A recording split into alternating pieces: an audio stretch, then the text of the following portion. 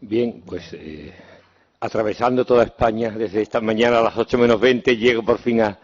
Zaragoza. La verdad es que ya es en directo desde el mismo tren, pero bueno, todavía tarda, todavía son 7 horas. Pero lo he hecho con gusto porque es la segunda vez que participo en actividades de la Fundación y me siento muy honrado, me siento muy a gusto en Zaragoza y en el marco de estas actividades que son también, en este caso, actividades de la Universidad Internacional Menéndez Pelayo. Por tanto, me siento muy honrado, agradezco a la Universidad Internacional y agradezco a la Fundación y muy en particular a su secretario general y mi amigo Pepe Tudela, agradezco la participación y la oportunidad de reflexionar en alto sobre un tema que para mí es un desafío, aunque es un tema nuevo, para mí es una vieja preocupación y digo, pero también me da la oportunidad de reencontrarme con antiguos y buenos amigos que hemos tenido en otras actividades, en el Parlamento, como Bernardo, en fin, que estoy muy a gusto. Pero voy al grano ya, y el grano es responder de alguna manera en una reflexión de clausura sobre la pregunta que me he encontrado en la puerta puesta y que da divisa a esta jornada. ¿Exige la sociedad red una nueva democracia? Pues bueno, pues por de pronto el titular, no. Creo que no exige una nueva democracia, sí exige tomarse en serio la democracia constitucional y representativa. Explicaré lo que entiendo tomarse en serio por los descontentos que hay con la democracia. Y sí exige, sí plantea problemas las nuevas tecnologías y atreverse, de alguna manera, a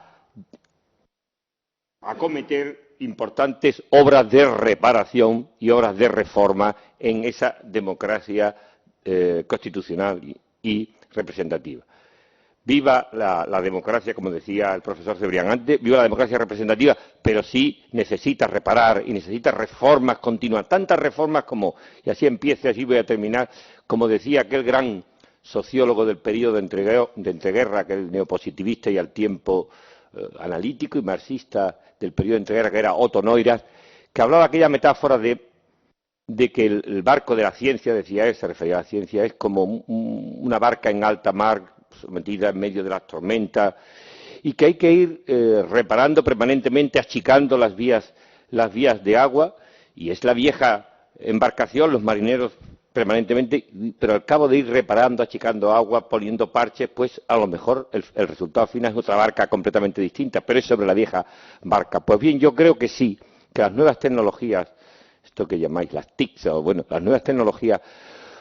sí plantean desafíos o nos plantean preguntas importantes y nos descubren carencias de la democracia viable, de la democracia real y de la democracia más productiva desde el punto de vista de las referencias normativas del ideal de la democracia y plantea desafíos. Pero mi pregunta en relación con el debate que ustedes han planteado es que, bueno, las nuevas tecnologías, vamos a situarnos, son subproductos de lo que, llamando también, se llama la sociedad del conocimiento, en estas jornadas se llama la sociedad red, la sociedad mediática, en fin, de lo que son la acumulación de nuevas transformaciones sociales que en el curso de los últimos 30 o 40 años se han producido y que el impacto, cómo no, sobre una realidad tan importante como es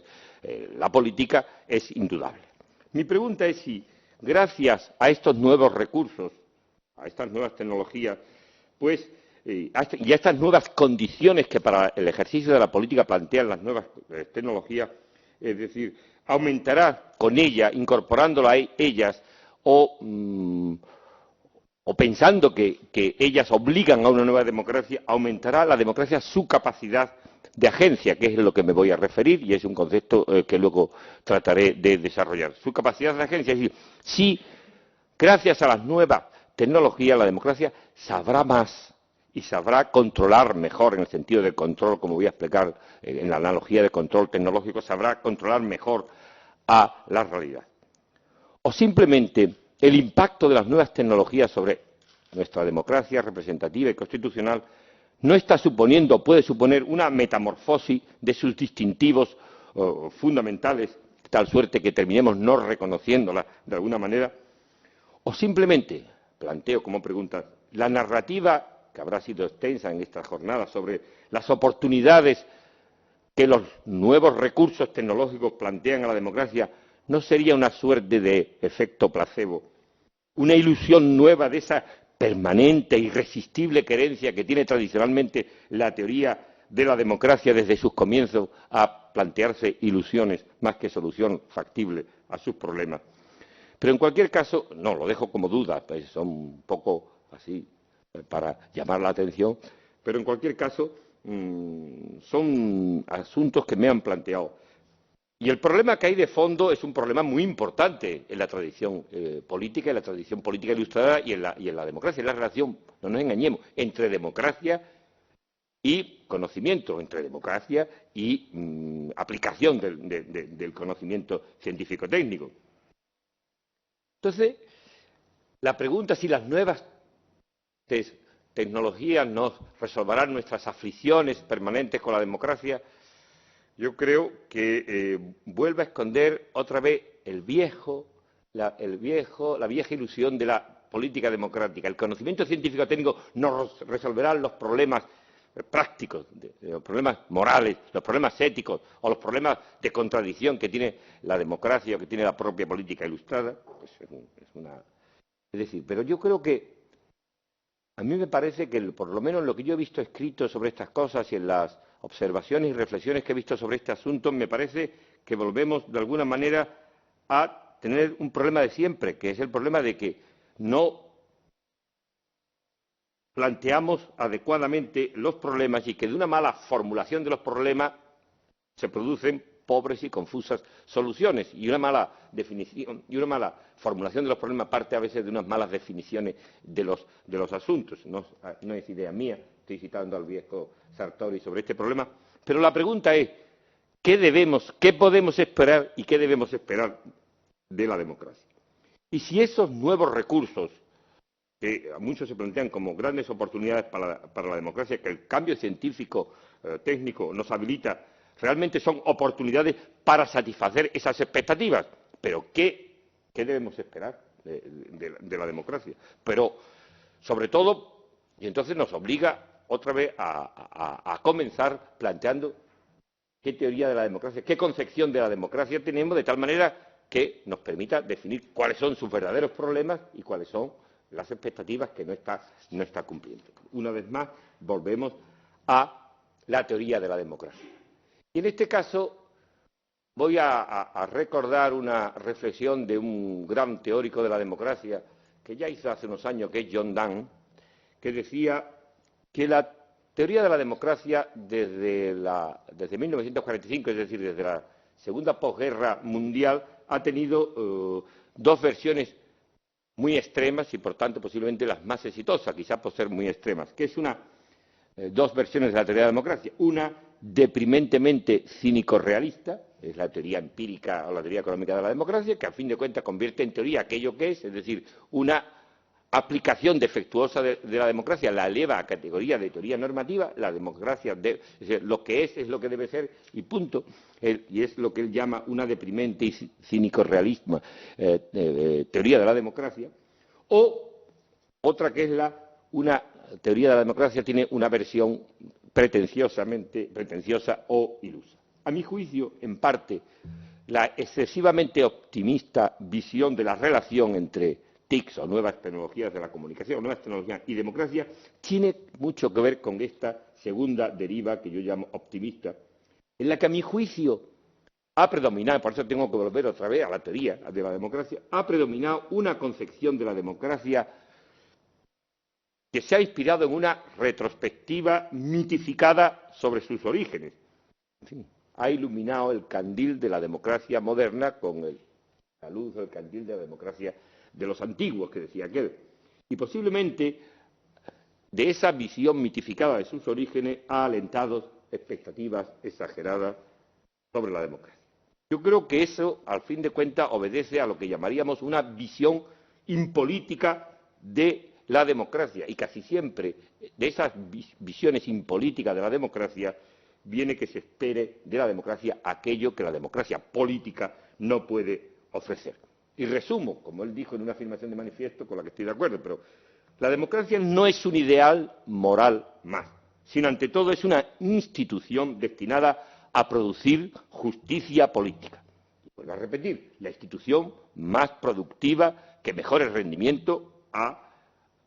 cosechado en este campo. Pero el tipo de justicia política que puede darnos la democracia es una justicia parcial, es una justicia incompleta, es una justicia que si estuviera aquí nuestro querido amigo que participa tantas veces con nosotros, Rafael del Águila, diría, es una herida que no puede eludir, es una justicia que no puede eludir la herida maquiavélica, es decir, que las ansias perfeccionistas no pueden saber que lo más que podemos hacer es reparar, aliviar el mal, pero no podemos de alguna manera satisfacer el sueño de la justicia completa. Por eso, ese es el horizonte. Entonces, en ese marco, diríamos, de principios o de presupuestos en el que me sitúo, entonces desde esta concepción sí puedo avanzar sobre la democracia y sus descontentos. Entonces, exigen esos descontentos o esos fracasos o esas defecciones de la democracia representativa, exige una nueva democracia. Yo digo que no, pero sí necesita una permanente y una profunda reparación. Pues yo creo que por eso, en ese sentido, si analizamos la naturaleza o las categorías de los males que padece la democracia, no sería ni exagerada ni escandalosa la pregunta que hay en la divisa de estos cursos, ¿exige una nueva democracia la sociedad? No, no sería escandalosa, atendiendo al malestar, ni sería tampoco escandalosa aquella afirmación que en esas memorias, resumen de entrevistas y debates de Castoriadis, pues habla en el Castoriadis de las limitadas posibilidades de la libertad y del proyecto de autonomía moral, que a fin de cuentas es el proyecto moral que está debajo de la democracia, en un mundo, dice él, caracterizado por la destrucción de las significaciones, segundo, la descomposición de los mecanismos de dirección, es decir, la pérdida de mecanismos de dirección de poder, y tercero, la retirada de la población de la esfera política en una sociedad, concluye él, de hobbies y de lobbies. Pues bien, yo creo que podríamos hacer una categoría de las patologías de la democracia nuestra, y yo creo que padece tres tipos de problemas que podríamos así, en titulares,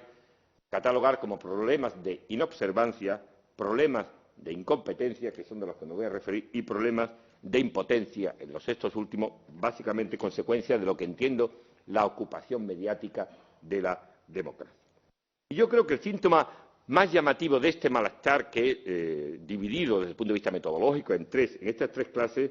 es que a muchas personas como ustedes, porque si no, no estarían aquí, instruidas e interesadas en la política, sus instituciones a veces, como decía Beck, nos parecen instituciones, estoy con perdón, en una institución muy importante para mí, en una de las cuales me he llevado ni más ni menos que 16 años, a veces tiene una sensación, pero también he tenido yo esa misma percepción desde dentro, a veces nos han parecido instituciones zombies. ¿Cuántas veces, a veces, el comportamiento de las instituciones democráticas, que son tan valiosas, que no tienen recambio, a veces parecen instituciones zombies, pero fundamentalmente porque, por lo que voy a decir a posterior, porque no se hacen cargo del calado de la naturaleza de los problemas que están experimentando. Voy a pasar muy por encima por la crisis de inobservancia, es decir, por los incumplimientos de la democracia, porque de eso hablamos mucho. Solo me voy a referir a uno que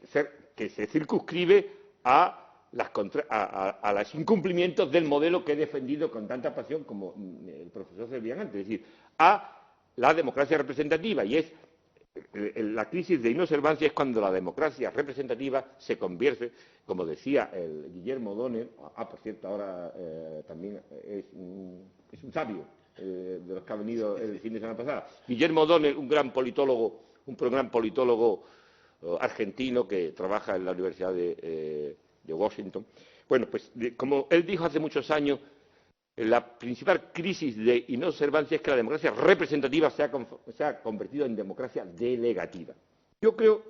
que los partidos políticos que por circunstancias monopolizaron el régimen de la representación se sintieron legitimados o se sintieron autorizados para desempeñar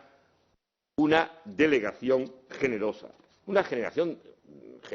en favor de los propios partidos, pero que a la postre fue una generación generosa en favor de las cúpulas de esos propios partidos. Es decir, de tal manera que los partidos detentaron el control de los recursos políticos, de la mayoría de los recursos políticos,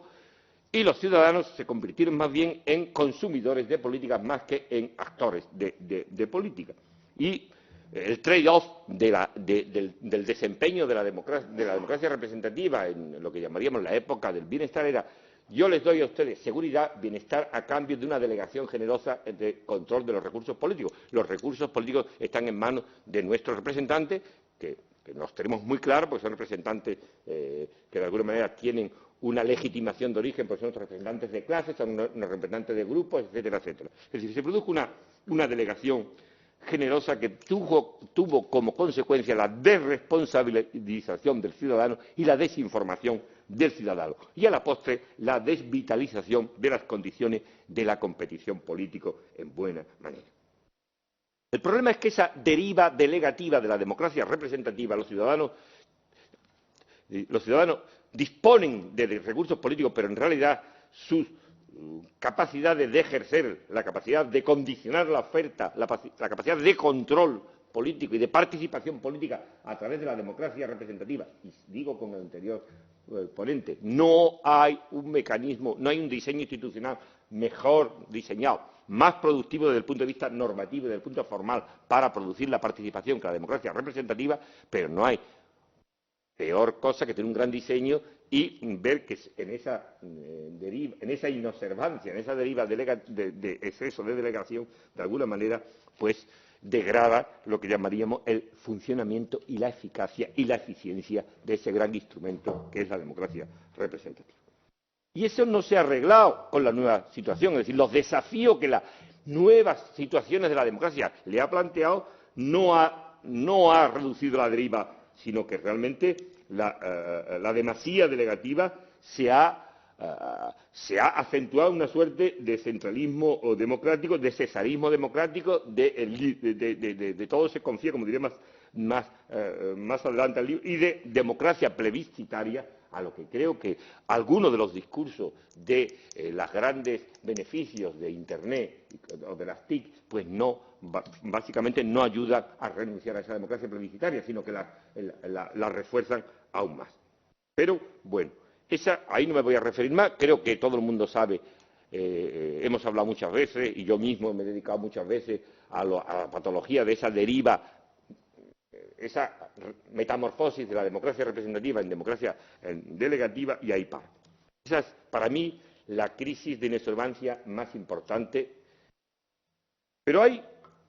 otra crisis que tiene mucho que ver con el discurso que está presente en esta jornada, que es la crisis de irrelevancia de la política por la falta de conocimiento competente,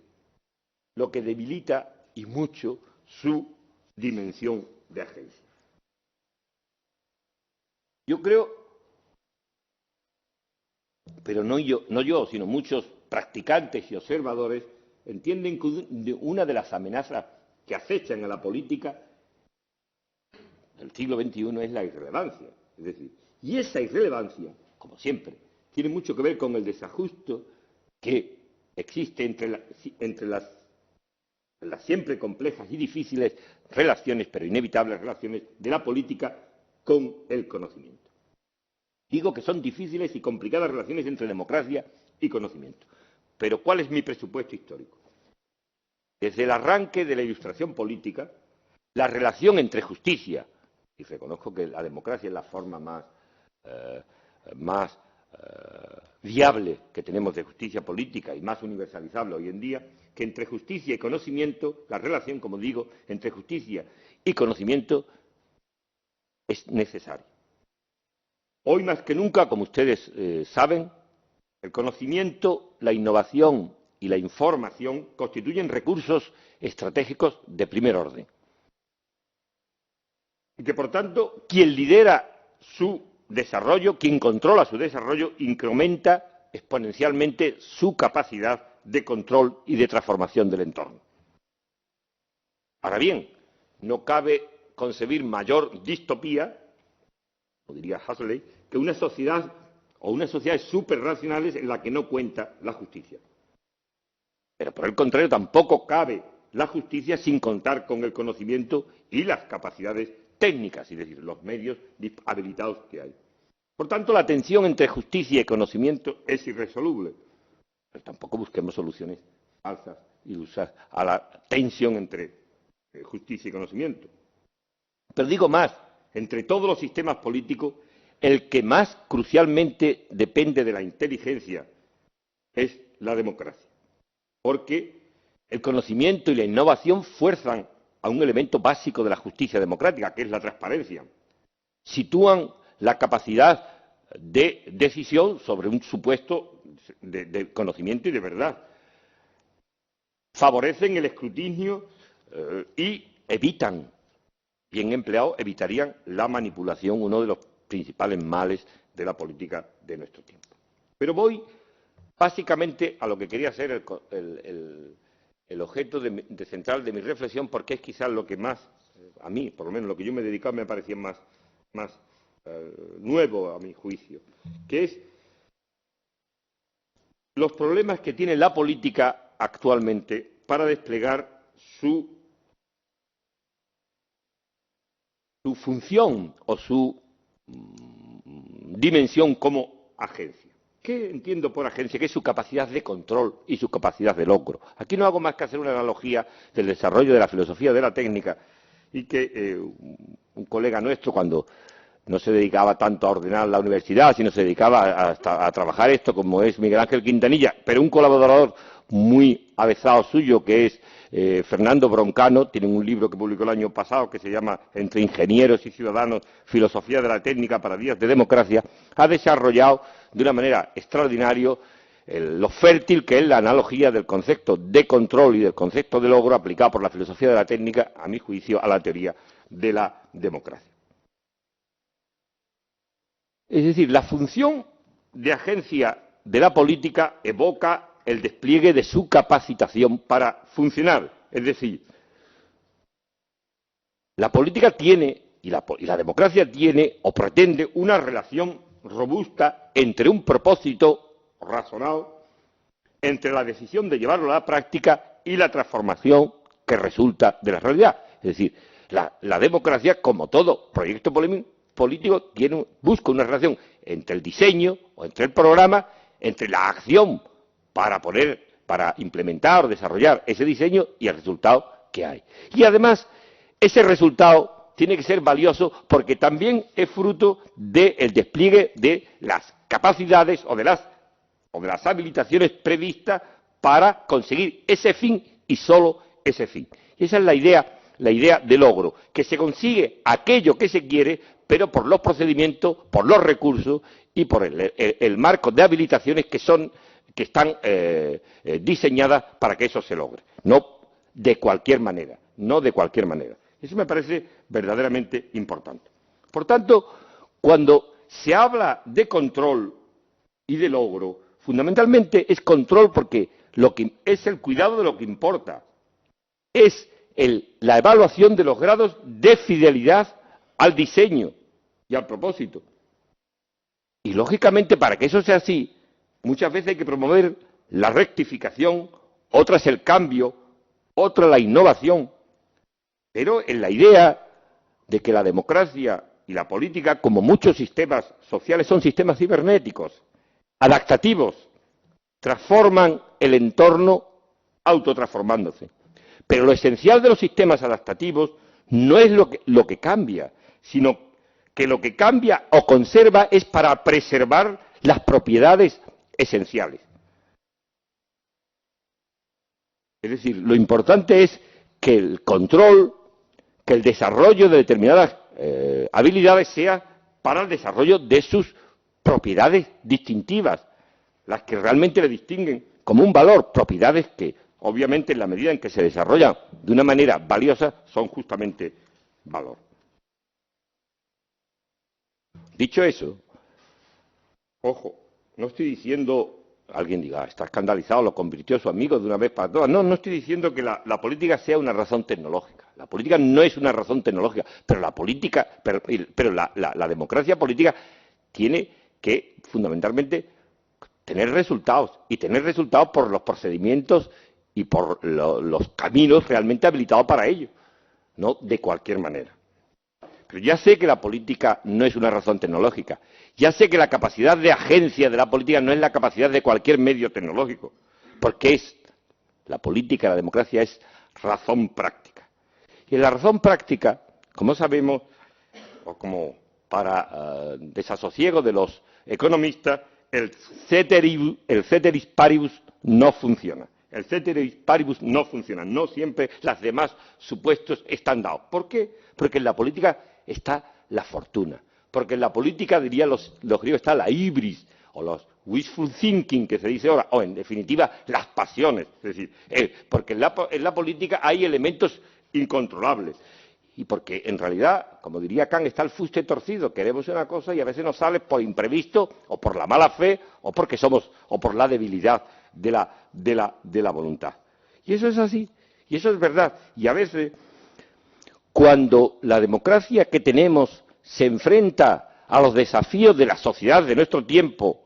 de los cuales, como digo, son un subproducto de las nuevas tecnologías, como ustedes quieran decir, es decir, cuando la política se enfrenta a nuestras sociedades complejas, y no me refiero a lo que significa el concepto de complejidad que había desarrollado Luhmann,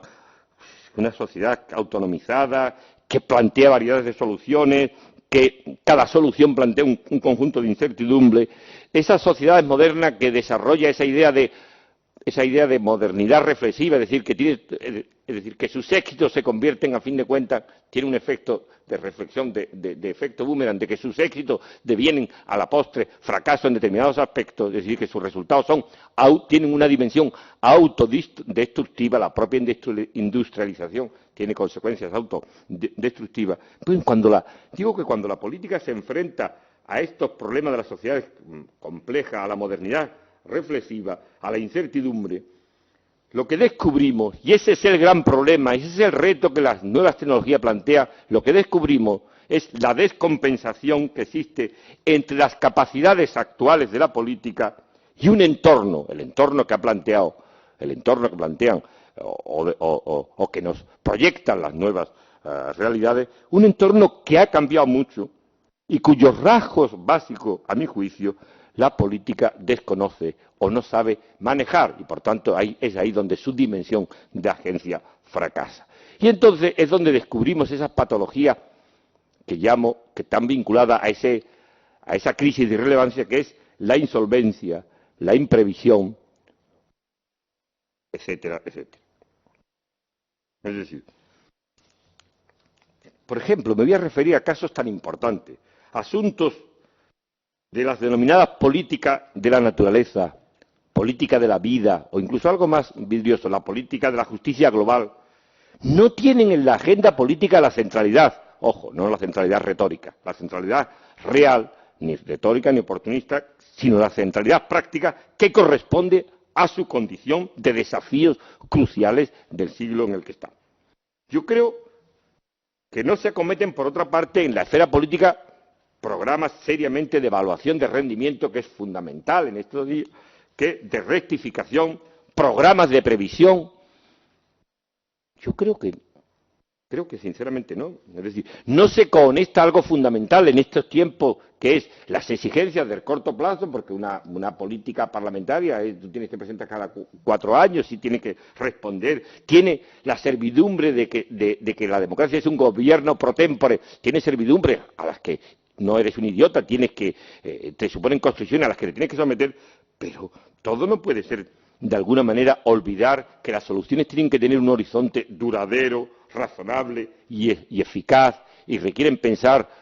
a más allá de 4 años vista y pensar en las nuevas generaciones. Y a mí me parece que por decirlo en una palabra, solo estoy dando flecha, es decir, la masa de estos nuevos problemas se fagocitan de una manera, a mi juicio, banal, con un exceso de inflación verbal y siempre pensando en el ventajismo a corto plazo. Así que a la pregunta que plantea esta segunda crisis de irrelevancia es la siguiente. ¿Está nuestra democracia, que es la valiosa, en condiciones de producir mecanismos de inteligencia política como preveía Comte en aquella famosa divisa de saber para prever, prever para poder? No, yo creo que no, y además fijaros en un caso, que digo que no está en condiciones, y un caso más claro de eso es que cuántas funciones en esta dimensión de agencia de la política, es decir, de su capacidad de resolver problemas desde una dirección política legitimada, controlada, en fin, con todo lo que tiene el ejercicio de un poder como el poder político, pero ¿cuántas funciones de la política, por razones de solvencia justamente, cuántos recursos de poder han emigrado a otras agencias y a otras esferas y a otros ámbitos no políticos porque allí se resuelven mejor desde el punto de vista de la solvencia, desde el punto de vista de la competencia? Es decir, ¿cuántas funciones y cuánto poder de la política ha emigrado a gobiernos no políticos? De tal suerte que aquella afirmación que hizo tan negra, que hizo hace unos años Robert Dahl, el teórico vivo más importante de la democracia, y nada iluso en general en su teoría, en fin, tiene su teoría de la democracia, un componente normativo, pero decía, bueno, las posibilidades de controlar democráticamente un proceso de decisión, decía él, resulta inversamente proporcional a la relevancia de sus consecuencias. Es decir, que las cosas importantes no se deciden en los ámbitos de decisión democrática, sino se emigran a ámbitos no democráticos de decisión. Es decir, no voy a decir tópicos, a los bancos centrales, pero en fin, a un conjunto de agencias que no están sometidas a lo que llamaríamos al protocolo de constricciones normativamente valiosas, que son las constricciones que nacen del control democrático, que es la transparencia, en fin, la evaluación intersubjetiva, etcétera, etcétera. Eso me parece que es importante, esa segunda crisis que yo he llamado crisis de irrelevancia, pero cuya causa es fundamentalmente la necesaria pero difícil relación entre conocimiento y política, conocimiento y democracia, que es insalvable, porque, como decía, no hay justicia sin conocimiento, y el conocimiento o el desarrollo científico que las construcciones de justicia las olvida, pues nos lleva a lo que nos lleva, a una sociedad monstruosa. La otra irrelevancia de la que iba a hablar, pero es indirectamente, porque a mi juicio es la suma de las tres irrelevancias, es lo que llamo el impacto de la revolución comunicacional sobre la política. Para algunos ese impacto, bien orientado, sería la salvación de la democracia o de sus problemas. Para otros, hoy por hoy, es la ocupación mediática de la democracia que puede producir una lamentable metamorfosis de sus distintivos más fundamentales. Pérdida, sobre todo, del gran poder por el que la política luchó, de su autonomía y no ser un poder subalterno de otros poderes. A eso llamo, o llamado en un artículo que escribí en clave en su día, que era el bonapartismo mediático. Y a eso me voy a referir porque esa es la mayor expresión o la mayor amenaza de la pérdida de poder de la democracia y de la vuelta a una subordinación de la política, o a aquella vieja liberación de la política del 19 que no quería estar y que dio origen a la gran utopía de la emancipación marxiana, que es que lo político, que el derecho y la política no estén sometidos al dinero, no sean subordinados.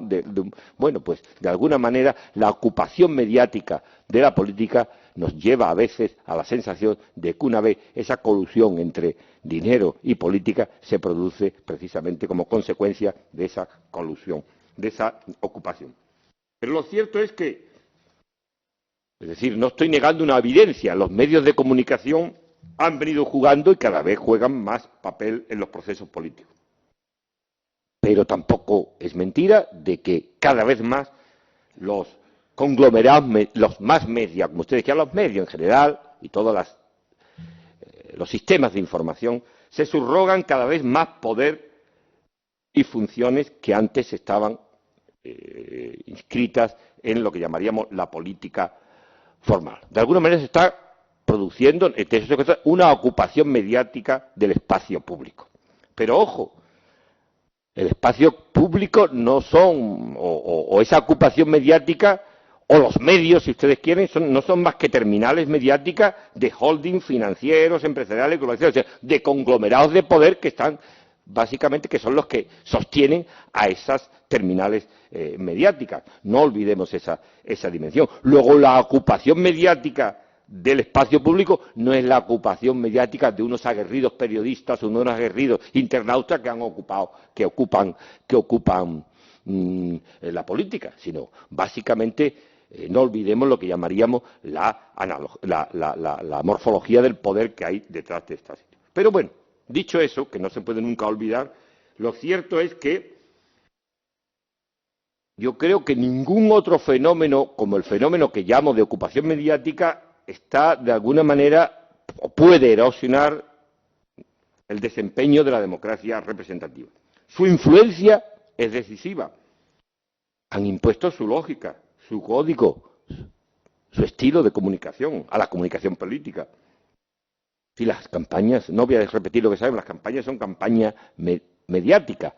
Lo inmediato y lo espectacular es lo que vale. Es decir, ¿cuántas veces lo que hemos hablado? No me venga a contarme, no me des un argumento, dame un titular. ¿Cuántas veces nos ha dicho un periodista eso? Yo quiero un titular, no me... Es decir, eso es así. Y el ciudadano, sometido a esta incesante ducha de publicidad y de propaganda, carece de recursos y adiestramiento para aquilatar lo que vale de lo que no vale, para separar el grano de la paja y, por tanto, cada vez más vulnerable a una estrategia de manipulación.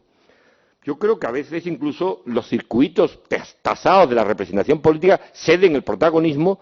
a los medios, y muchas veces más importante una tertulia que el Parlamento, un plató que un debate parlamentario. Sé que estoy diciendo cosas que todos se saben, pero de alguna manera no estoy haciendo más que un índice de titulares sobre los síntomas de esa ocupación mediática de la política, sin olvidar que detrás de esa ocupación política, mediática de la política, hay estrategias fundamentalmente de poder y de privatización de lo público. Pero es que además la presión mediática ha inclinado la balanza hacia el lado del personalismo como forma de resolver la crisis de la representación. El líder encarna la función expresiva que decía la teoría clásica de la representación. El partido se proyecta como instrumento al servicio de un líder que reclama autonomía y confianza, una suerte, como dirían los antiguos, de poder de prerrogativa para tomar decisiones singulares en contextos imponderables. Y la democracia, en consecuencia, se vuelve más plebiscitaria y cesarista que representativa y deliberativa. Y, lógicamente, en suma, la democracia se escora hacia el populismo, que es ni más ni menos que síntoma de una generalizada despolitización y de cuyos distintivos más fundamentales no puedo hacer, pero solo lo resumo con el final. El populismo es un mal desahogo para las paradojas y patologías actuales de la democracia representativa. Llegado a este punto, o de este panorama sombrío como consecuencia de las tres crisis, la crisis de inobservancia, la crisis de relevancia y la crisis de impotencia como consecuencia de las tres en realidad, pero bueno, sobre todo de la ocupación mediática, ¿qué hacer? Porque la analogía entre procedimiento racional y democracia debe seguir siendo viva. Aquella historia de que cuando nace el nacimiento de la democracia en Grecia, entre la analogía entre episteme y democracia, me parece que sigue siendo vigente. No es que haya una compatibilidad entre democracia y conocimiento y racionalidad, sino que hay una complementariedad. y que sigue vigente aquella máxima ilustrada de conocer para transformar y transformar en relación con unos parámetros valiosos desde un punto de vista de la justicia. Y que hay una analogía entre el carácter polémico del discurso racional en la ciencia y en la política. Que el modelo de racionalidad epistémica inspirado en la ciencia, que es básicamente que su valor es el carácter procedimental, la democracia, el valor de la democracia es básicamente ese carácter procedimental. El contenido innovador que es tan necesario en el conocimiento científico-técnico, el contenido innovador es necesario en política, pero como decía antes, innovar para un mayor logro de las cualidades, no innovar por innovar, sino no innovar para parecer moderno, sino innovar para recuperar el ejercicio, el desempeño auténtico de las propiedades sustantivas. La idea de progreso, que es fundamental en la ciencia, sigue siendo fundamental, porque la idea de progreso no es sino el aumento de la capacidad humana de control sobre la realidad y que tiene, por supuesto, en la justicia un carácter parcial. Pero dicho esto, de la relación necesaria y compleja entre democracia y conocimiento, lo que me parece es no al espejismo de que la ciencia, las tecnologías, las que sean, las nuevas, las medianas o las menos nuevas, tienen la solución a los problemas de la política y la democracia. Los medios, aunque parezca un tópico, son importantes, pero son solo medios. El experto, el desempeño del experto como ideólogo o como tecnócrata, ya lo conocemos suficientemente. Puede ser un pretexto, puede ser una justificación, puede ser una tapadera, pueden actuar como abogados de parte.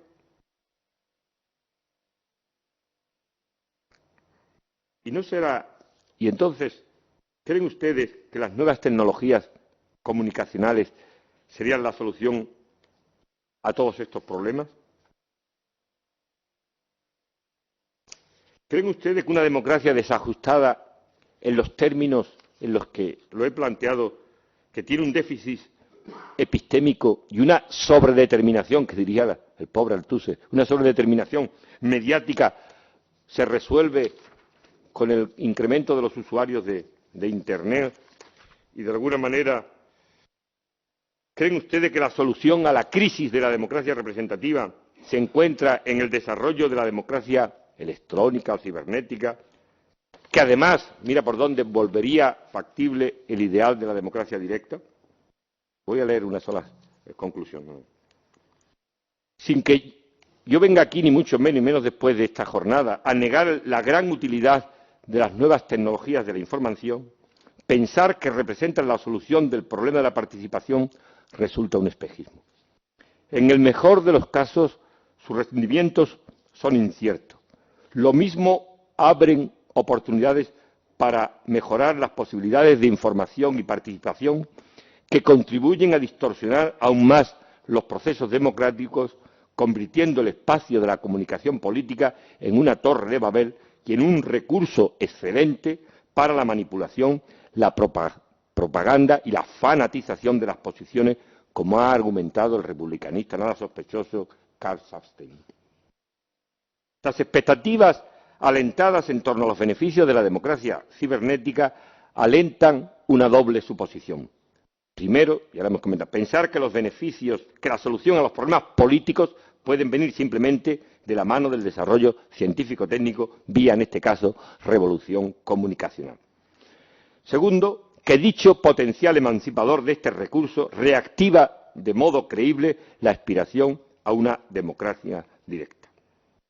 Yo creo que estos asuntos así planteados nos vuelven al alcance, ya lo he insinuado, de la relación entre democracia y sistema científico-técnico que hay que recomponer en los términos que lo había planteado. Segundo, la demasía de expectativa en este tipo de democracia, de los recursos tecnológicos como oportunidades para resolver los problemas de la democracia, olvidan, como digo, esa sobredeterminación mediática de la democracia. La supuesta democracia electrónica, perdonen que lo diga así, opera dentro de los parámetros de ese conglomerado mediático que antes estaba denunciando con un dedo. Tercero, que ya no me da tiempo a exponer, creo en la vigencia de la democracia democracia representativa y su mayor productividad práctico-normativa. Y cuarto, que nunca en política los recursos tecnológicos suplirán la ausencia de virtud. Sobre la mayor productividad, ya está bien, de la democracia representativa, les remito al artículo que está saliendo ahora en Clave, por cierto, sobre la democracia en defensa de la representación política, que sale en este mes. Así que me hago propaganda, pero me hago más propaganda. Está saliendo ahora en Alianza un libro colectivo que se llama El saber del ciudadano, que dirige un colaborador también de esta fundación, que es Aurelio Arteta, en el que participamos algunos colegas, que se llama El saber del ciudadano y que va a salir ahora en febrero en Alianza. Y el artículo que voy a presentar en Clave no se crean que es otra idea, es el capítulo 5 o 6 de ese libro, o sea que lo publico por 2 veces para que me escuchen. Así que les ahorro mis argumentos en defensa de la democracia representativa y porque hay. Pero sí quiero, al menos me van a permitir que sí me refiera como conclusión al último punto. Es decir, creo y he demostrado, he argumentado en otros lugares y vuelvo a argumentar en estos días la mayor productividad de la democracia representativa, el valor como diseño de sus instituciones fundamentales, los partidos, básicamente, porque es una democracia de partidos, las instituciones parlamentarias, la autonomía parlamentaria, no tan dependiente del Poder Ejecutivo, y los sistemas electorales y las capacidades que los sistemas electorales de arreglos que puedan tener en el sentido, pero básicamente la reforma de los partidos, como sabéis, que es mi teoría, de la teoría de la representación, es la base, porque la democracia es de partidos y los partidos no se reforman. Las reformas electorales pues se convierten en pura y simplemente también otro efecto placebo. Y la reforma del Parlamento, ustedes que participan en el Parlamento saben que son inviables si los partidos no tienen un impulso de aire nuevo, básicamente los partidos en general. Pero dicho todo eso, de por dónde irían las reformas institucionales necesarias para el mantenimiento de ese modelo de la democracia representativa, mi conclusión es que nunca los medios, nunca los adelantos, nunca las oportunidades tecnológicas, ni siquiera los buenos diseños institucionales pueden suplir, ni por tanto ninguna innovación, pueden suplir a la virtud. En todo caso serán subsidiarias de esa virtud, pero nunca pueden venir a suplir. O sea, al final me hago republicanista de verdad, es decir, y me hago maquiavelista en el sentido de que la virtud es necesaria, o me hago, ¿verdad, Bernardo?, o me hago aristotélico en ese sentido. El calibre de las buenas teorías, opiniones, deben incorporar el criterio de la disposición moral. Ese que llamo, y que llamaba Flores de Arcáiz desde hace mucho tiempo, tomarse en serio las propias ideas, tomarse en serio las propias convicciones y tener un trato honesto con ella. No hay, terminaba yo, por cierto, algo así, la última vez que estuve aquí, no hay buena democracia sin demócratas convencidos, y lo vuelvo a repetir, no hay buena democracia sin demócratas convencidos. Y que demócratas convencidos son demócratas que tienen buenas razones y no muchos despistes, y que además de buenas razones tienen buenas disposiciones. Y esas disposiciones de un buen demócrata es ser sensible a los cambios y a los extraordinarios desafíos de los que nos hacen conscientes el conocimiento y los retos de las nuevas tecnologías, de las TIC, de las tecnologías, la sociedad de la comunicación, o como ustedes. Hay que ser sensible a esos nuevos desafíos. Y como aquellos marineros de Noira, o aquellos marineros que tienen que reparar la vieja barca en alta mar, tienen que, de alguna manera, tener una disposición permanente a la reforma, a la innovación, a la reparación de esa vieja barca de la democracia representativa, para que a lo mejor puede que al final esa vieja barca y esa actitud permanente de reforma continua y de reformas conscientes y reformas solventes, porque es atento a esas nuevas modificaciones que tiene la realidad, a lo mejor al final esa vieja barca resulta que es una barca nueva, pero solo será nueva si la hacemos reformando nuestro marco de la democracia constitucional y representativa, porque no hay diseño más eficaz y más oportuno que él, aunque haya que estar reformándolo permanentemente. Nada más. Muchas gracias y perdonad.